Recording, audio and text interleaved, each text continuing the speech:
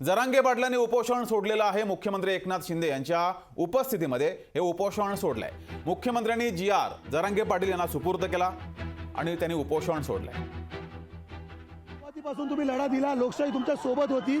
पहिली प्रतिक्रिया लोकशाहीच्या प्रेक्षकांसाठी काय आहे?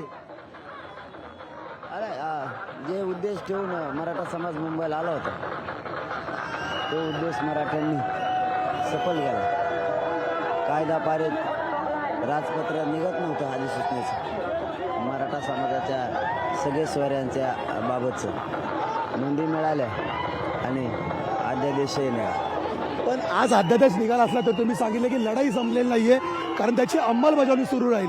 विशेषतः PG to KG to PG पर्यंतचं शिक्षण असेल मोफत, आणि दुसरं सगळे सोयरे शब्दासंदर्भात असेल।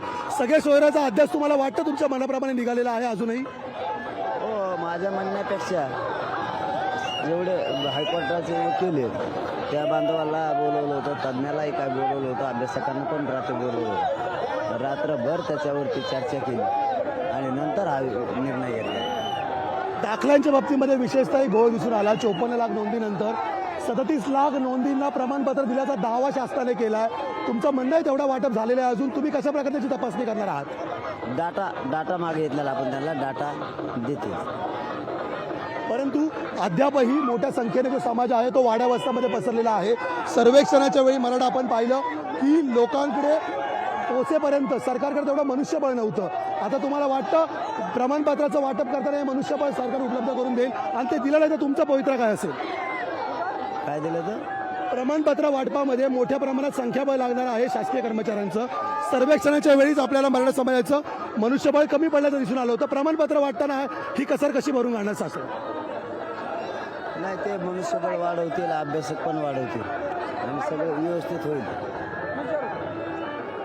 मनुष्यबळ वाढवतील, मनुष्यबळ वाढेल। मात्र दुसरीकडे एक महत्त्वाचं आहे, तुम्ही सर्वांना सांगितलं आहे की दिवाळी साजरी करण्याचे आदेश दिलेले आहेत। आता सध्या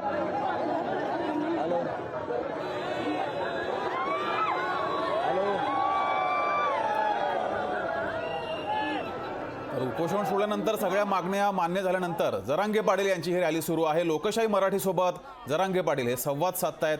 आपले प्रतिनिधी चेतन ननावरे हे जरांगे पाटील यांची पुढची भूमिका काय असेल त्यांच्यासोबत संवाद साधतायत। मात्र त्यांची ही रॅली मोठ्या संख्येने मराठा बांधव या रॅलीमध्ये सहभागी झालेत। तर उपोषण सोडल्यानंतर सर्व मागण्या मान्य झाल्यानंतर मराठा बांधवांमध्ये आनंद आहे। सर्वत्र हा जल्लोष साजरा केला जातोय।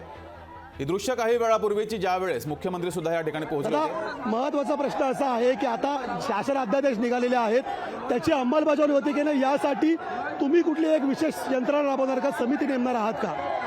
कशाची अंमलबजावणी? शासन आदेशाची अंमलबजावणी होते की नाही हे पाहण्यासाठी तुम्ही देखरेख कशी ठेवणार आहात? आता देखरेख आम्हाला काय काम आहे दुसरं? समाज सगळे तज्ज्ञ आहेत ना, भरपूर तज्ज्ञ आहेत, अभ्यासक आहेत। कारण मराठा सर्वेक्षण करताना आता किरोडी पिटिशन संदर्भात आपण पाहिलं होतं सरकारकडे तेवढी माणसं नव्हती। पहिली पास लोकांनाही सर्वेक्षणाचं काम दिलेलं होतं।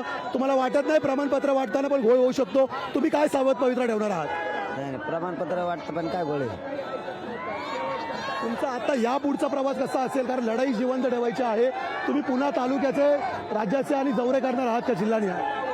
नाही, आता गावाकडे गेल्याच्या नंतर चर्चा करून आम्ही ते सगळं ठरवतो। आत्ता मराठा समाज पुन्हा जो आंदोलनाला होता तो परत गावाकडे चाललेला आहे, तुम्ही त्यांना काय संदेश द्याल? शांततेत सगळ्यांनी जावं, जसं आपण शांततेत आलो, आरक्षण घेऊन शांततेत वापस चाललो, तसंच आपण सगळ्यांनी शांततेत वापस जा। गाड्या दमाने आणा, कोणाला धक्का लागणार नाही। तुमच्या गाव तुमची वाट बघतोय आनंद साजरा करायला, त्यामुळे आपण सगळ्यांनी दंबाने जावं। मी सगळ्यांना विनंती, कोणी ओव्हरटेक करू नका, कोणाला अडचण आली तरी एकमेकाच्या मदतीला थांबा, पण सगळ्यांनी शांततेत जायचे। जर अंधार पडला तर अंधार पडता झोपीत गाड्या हाणू नका, जागेवर गाड्या उभा करा, दुसऱ्या दिवशी सकाळी जा। मी गावाकडे चाललोय, तुम्ही सुद्धा आपण आपल्या सगळ्या गावाकडे जा। एक वेगळा प्रश्न विचारतो, अण्णासाहेब पाटील आणि विनायकराव मेटन नंतर एवढा मोठा प्रतिसाद कुठल्याही नेत्याला मिळालेला नव्हता, तुम्हाला मिळताना दिसतोय, किंबहुना त्याहून जास्त पटीने प्रतिसाद मिळतोय। पुढे काय धोरण आहे? राजकीय वाटचाल करणार की सामाजिक वाटचाल चालू राहील?